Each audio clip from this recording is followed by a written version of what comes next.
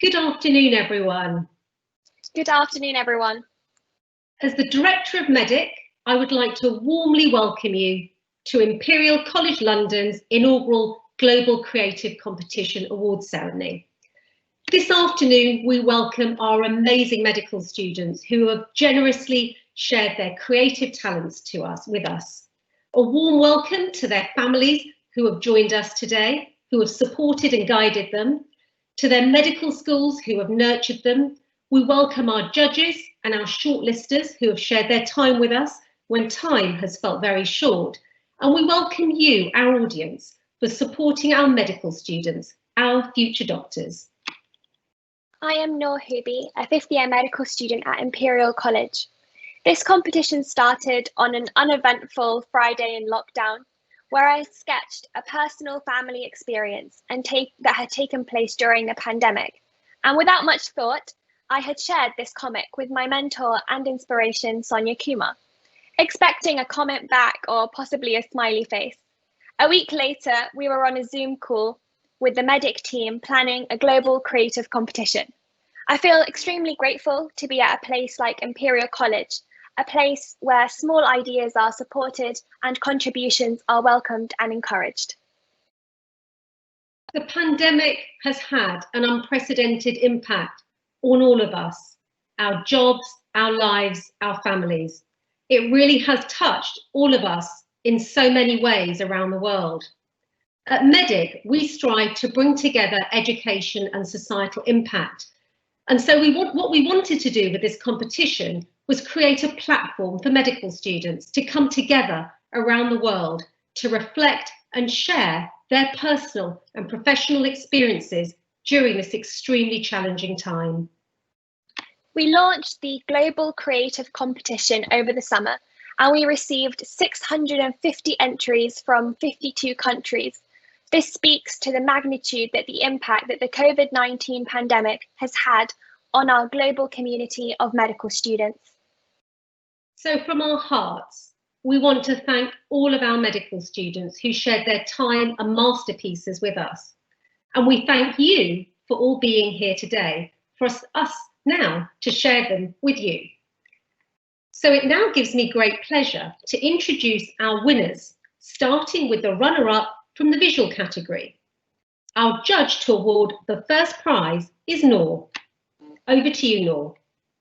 So the runner-up in the visual category is Missed Calls by Serena Ramji from Barts and the London School of Medicine, United Kingdom.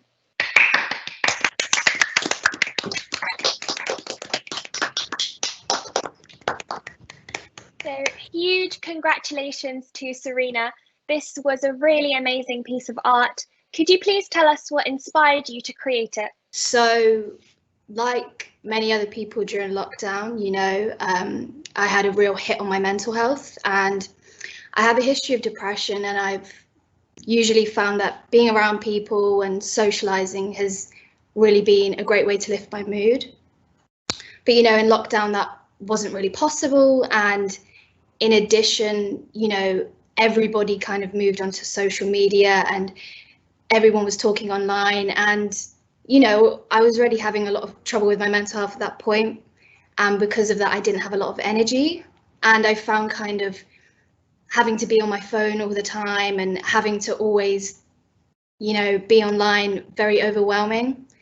But I think I felt some guilt associated with that because it was such a abnormal time for everybody and everybody was very nervous, so I felt like I kind of had to be on my phone all the time. And I think I had this lack of energy. I was trying to be on my phone all the time, and it just kind of created this cycle. I wake up the next day, I'd have less energy, and it kind of got to this point where I just shut off and completely isolated myself. And this is kind of what the painting represents, being isolated by yourself, as well as kind of the pressure of having to be on your phone all the time and the pressure of always kind of interacting. Thank you so much for sharing your personal experiences with us, Serena, and what an amazing piece of art. And back to you, Sonia. Thank you, Noor. Now, as you know, we only plan to have one winner in this visual category, However, last week when the judges met, they honestly found it impossible to pull these next two art pieces apart. And so we will be awarding two joint winners in the visual category. It gives me great pleasure to introduce our next judge who will be awarding these prizes, Professor Ashley Hall. Ashley is a Professor of Design Innovation at the Royal College of Art. He is the head of the MRes Healthcare Design Programme and postgraduate research in the School of Design. Ashley, over to you. Thank you very much, Sonia. Without further ado, I'd like to introduce the first winner. So the first winner in this category is a work called Thrive by Akelele Endai from the University of Yaoundé in Cameroon. So this was an amazing piece of work actually, and this is going to come up on the screen soon. I think actually for all of the judges, it was a very emotional process, and this work in particular, you can see the sort of quality of the drawing, the rendering, and the emotional impression. So I think this was a really wonderful winner. And what I'd like to do now is maybe invite Akelele, if you're on the line, if you'd like to maybe share some of your thoughts or ideas for this artwork as well with us. That would be very nice. Thank you very much for considering me. So firstly, when I looked at the global effect of the COVID-19 pandemic, the way the world was struggling to manage it, and the way the world is still struggling to manage it, it seems so ironical for me that 21st century medicine, with all the advances, technologies, and all the like, we could be challenged this much by such a virus, which, as we are told, can be prevented by simple everyday measures like hand washing, wearing of masks, and all the like. It seems so ironical to me, and it made me weep a little. That's one reason for the tears on the piece. Then secondly, when I consider the stress of being a medical student, and particularly the struggles of being a medical student in a third world country like my own Cameroon, it's so challenging. It's so challenging. And then you add that to the heavy impact of the pandemic. It was beyond. So with all the time I had, I thought of how to voice it out.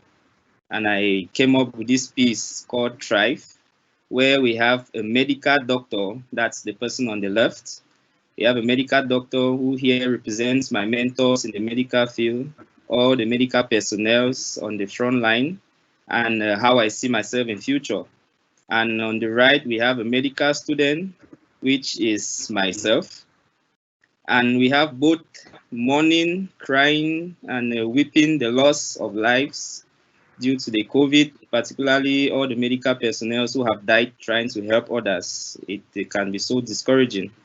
And at the same time, we have the doctor reassuring the student, which is myself, reassuring myself that if I can look more towards the relentless efforts of those on the front line and the dedication of my seniors and remain optimistic, eventually we are going to thrive. That's the title of the piece, Thrive. Thank you. Thank you, Akelele, for that wonderful description of your artwork. It's really very inspiring. So we'd now like to move on to announce the second joint winner in the visual category. And the winner in this category is Megan Knock from Oxford University in the UK. And so huge congratulations, Megan, and we're about to see your artwork coming up soon. Again, this was something which I think was a very powerful and emotional choice for the judges, and especially seeing this this lady looking out into the sort of lockdown world, which is empty outside of her window, and all these kinds of hints of atmosphere around the viewer as well. So very powerfully drawn. So Megan, if you're here, it would be great to hear something from you. So unfortunately, Megan is having some technical issues that we've tried to resolve, but we haven't been able to. So I'm going to read out part of the reflection that she submitted with her piece. My painting shows an image of my great aunt looking out of the window as she remained inside, what became her new normal, with the constant reminders of how she and many others in the high and extremely high risk group were at immense risk of severe illness, even death. There was no hiding from the gravity of the situation. Yet for those shielding, the desire to go out was immense, as they were forced to remain in, pounding them with sorrow, depression and anxiety. It felt as if they had been disregarded by the government, left to do their own thing as the virus targeted every vulnerable and old individual. Could it be more isolating? How much turmoil can someone go through before being allowed to hug their grandchild again? My painting aims to highlight the drastic flip of those for life for those shielding. She looks through the window, longing to return to normality, to breathe the fresh air, to feel at ease once again. She leans close to the window, her glasses in her hand, hungry for the life that was. With the face mask wrapped around her chin like a necklace around the neck, the constant presence of coronavirus is illustrated. Volunteering to phone vulnerable patients over lockdown, I felt for myself how shielding can variably impact people. I know as a future doctor, it is paramount to not paint each patient with a broad brush, but to see everyone as a whole. Okay, so thank you, Ashley, and congratulations to all of our extremely well-deserved winners. I'm sure at home and everyone here, the judges and the rest of the students, if we all give our winners in the visual category an applause.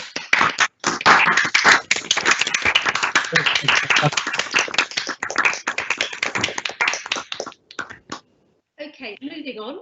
We are now going to announce our runners-up and winners in the literary category. Noor. Thank you, Sonia. So we will now award the literary category runners-up and winners. To award our first runner-up, it gives me great pleasure to introduce Dan Simpson. Dan is a writer, performer, producer and educator, and currently the poet in residence at Imperial College London. He has performed around the world, including Glastonbury Festival, Chicago's Uptown Poetry Slam, So Far Sounds in Auckland, and on the BBC. Over to you, Dan. Thank you very much. Yes, we judged the poetry side, the literary side of the competition. And again, it was really hard for us to choose winners and runners up. But we were so moved and touched by the reflections in text from the medical students from around the world. So I'm really delighted to give the runner-up award to Aditi Vakil for the poem Pandemonium, and she's from the University of Nairobi in Kenya. And we're really excited to hear the pieces this afternoon as well.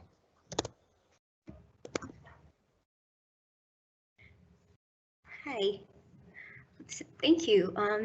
I'll start off with reading the poem.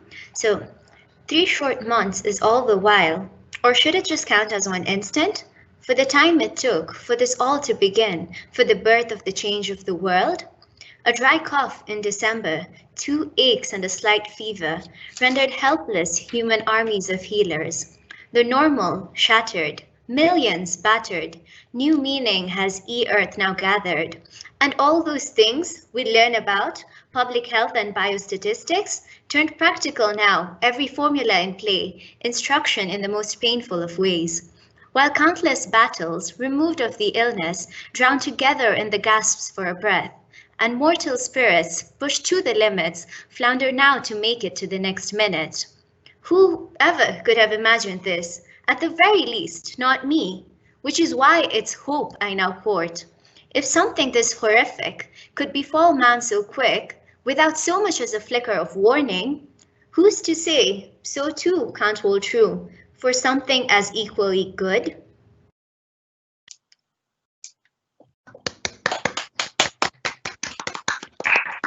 Thank you so much. Thank you so much, Aditi, for that wonderful poem.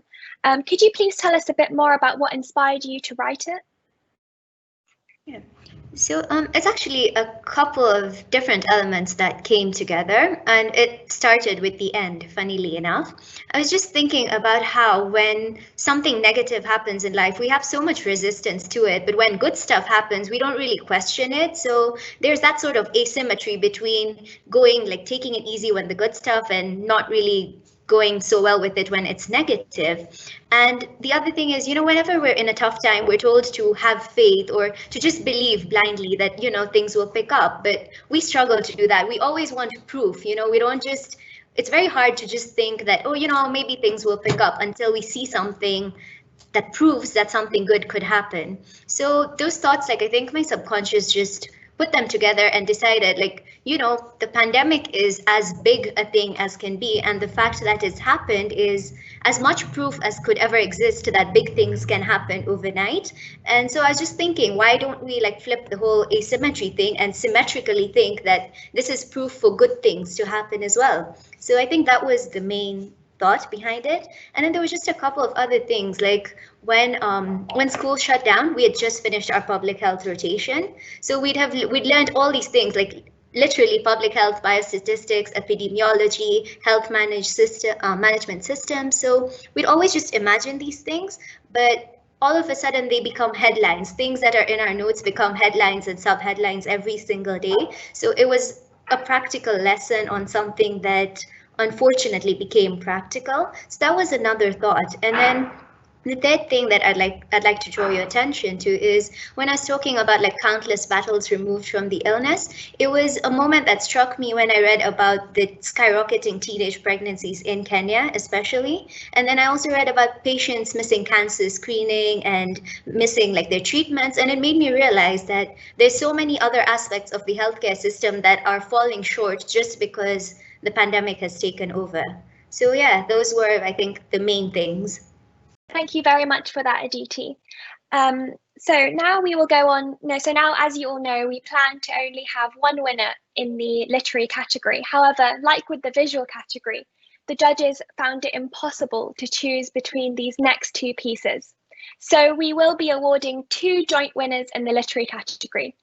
It now gives me great pleasure to introduce our next judge, Rosamond Lupton, who will be awarding these prizes. Now, Rosamond Lupton is the author of 4 best-selling novels. Her first novel, Sister, was translated into 30 different languages. Her most recent novel, titled 3 Hours, is a Sunday Times top 10 bestseller and is also the best book of 2020. Over to you, Rosamond. Thank you so much, Noor. The first winner of the literary category is Before You Leave by Yoshua Salvadare, University of New South Wales, Australia. It's a really wonderful poem. It's beautiful and multi-layered. And Yoshua, I think you're going to read it for us. Yeah, my pleasure. Thank you so much for those sweet words. Before you leave. Spheres of soap glitter and sparkle, holding small rainbow-streaked worlds in their spinning orbs, before sinking and dying on the cold porcelain. Hands washed, mask fixed, I enter your hospital room. With eyes closed, you sense my presence. Grey eyes flutter open, blinking like those fairy penguins who emerge shuddering from the Contra Bay. We laughed together that day at their gentle confusion. From 2 meters apart, our gazes meet, holding shimmering moments beyond these walls. When seagulls rose on thermals, ancient acacias shook in warm ocean breezes, and our feet traced known paths. Now I feel your need for insight, some sign on this new uncharted trail from your grandson who knows, well, who ought to know, how to return, restore, renew. Your hair poignantly neat, your arms obediently still, you await revelation. I am numb, my voice is lost. Standing on the cliff's edge, I see the waves crash on the dark rocks below. Scared to be reminded, scared to forget, a lifetime of memories coalesce, flash, and tremble within me. Learning to swim at Sister's Beach, your arms holding me from beneath warm emerald waves, soft ribbons of water threading my hair. But now, I cannot be the same for you. At the foot of your bed, I feel myself shuddering, falling. A wordless scream shakes the walls. No one can hear. Without you near, my greatest fear. We are two hearts intertwined. You are the reason I am. My soul is clinging onto this moment. I do not know what to say before you leave. It's such a wonderful, wonderful poem. Can we applaud that a minute, because I just think it's fantastic.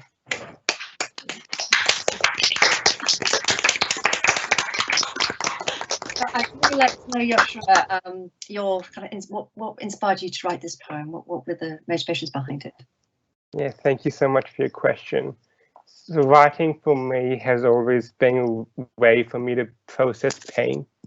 So when my grandmother was diagnosed with COVID-19 in Tasmania, my initial expected reaction was to write because I was shocked, confused, and numb. But creating the poem enabled me to engage with my feelings and find some kind of solace.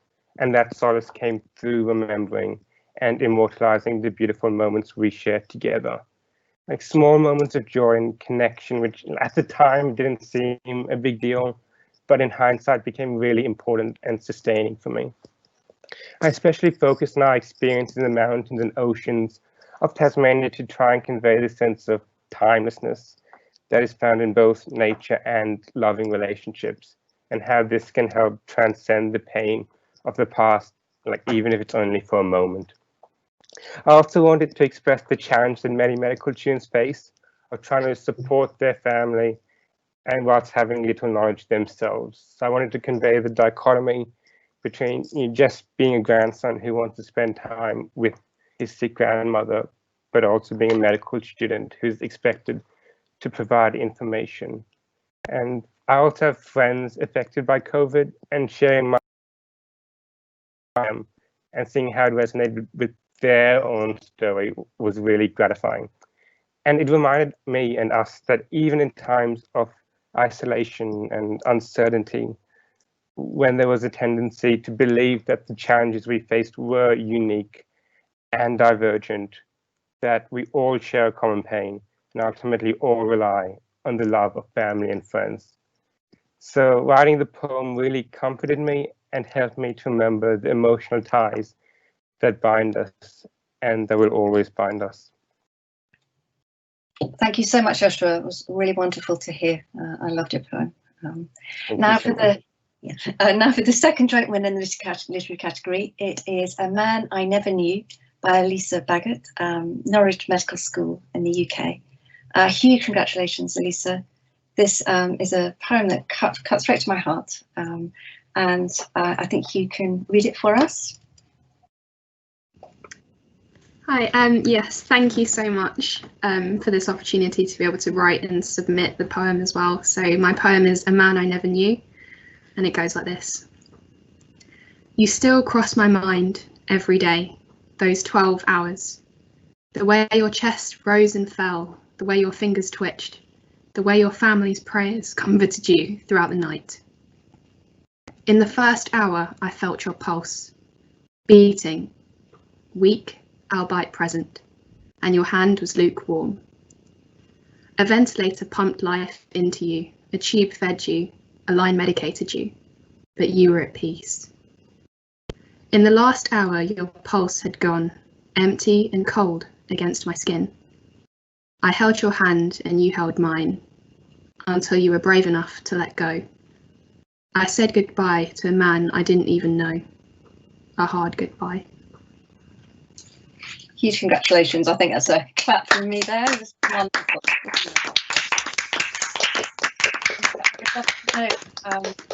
Thing of your inspiration, what's behind this poem? So during lockdown in about April or between April and May, I had the opportunity to work at the Nightingale Hospital in London as a clinical support worker.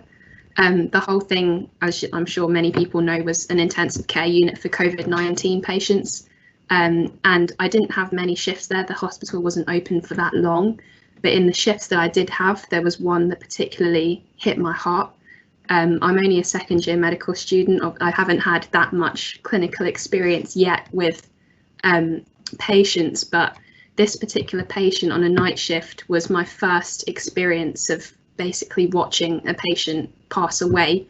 And even over the span of just 12 hours, you could see their vital signs declining and there was nothing you could do. The shift before my night shift, the patient's family were informed that this patient was likely not going to last through the night, and they were able to visit before my shift started, so I didn't get to see their family. But during the course of the night shift, they'd asked for kind of like Arabic prayers to basically be on for the whole night as the patient passed away. And during the whole of the 12 hours, in the background, we had computers at every bedside unit, and we had these Arabic prayers playing for the whole night. And the patient, the family of the patient, had also brought in cards from the family, various photos, and it really just made the whole experience so personal. And it's definitely, in the future, when I become a doctor, it's definitely going to make me see every individual so individually, and it just puts a lot more meaning into why I'd like to be a doctor one day. Thank you so much, Elisa. And back to you, Noor. Thank you so much, Rosamond, and congratulations to all our extremely well-deserved winners in the literary category. And thank you to our judges, including Professor Parveen Kumar, who was unable to attend the event today, but helped in the shortlisting. And to all of our shortlisters, thank you for all your help. And a special thank you to Imperial College for supporting our idea and helping us run today's event. Thank you, Noor. So that's brought us nearly to the end of the awards ceremony. A thank you to our audience for attending and supporting us today, to Sam Phillips in the background for crafting today with precision, to Tom Durley, who's worked calmly and patiently behind the scenes, and of course to Noor, our medical student. Without your Friday afternoon inspiration and imagination, none of this would have happened. A thank you to all of our medical students. Of course, today we've just seen a selection of them who entered the competition. We really had many, many moving entries, and it was really quite a challenge to choose between the final few. So in a moment, we're going to share with you some of the pieces that were highly commended by the judges. And to play us out, we're going to have a wonderful piece of music, the first Moonray, composed by Purashini Patha from the University of Manchester. And she composed this piece in response to the pandemic. So we're going to hear that, a real treat at the end just now. So, but lastly, and most importantly, a thank you to all of our future doctors for sharing your experiences and talents so bravely, openly, and honestly with us. Despite everything we are going through and feeling at the moment, you really do give us hope that tomorrow will be a brighter and better day. Thank you very much.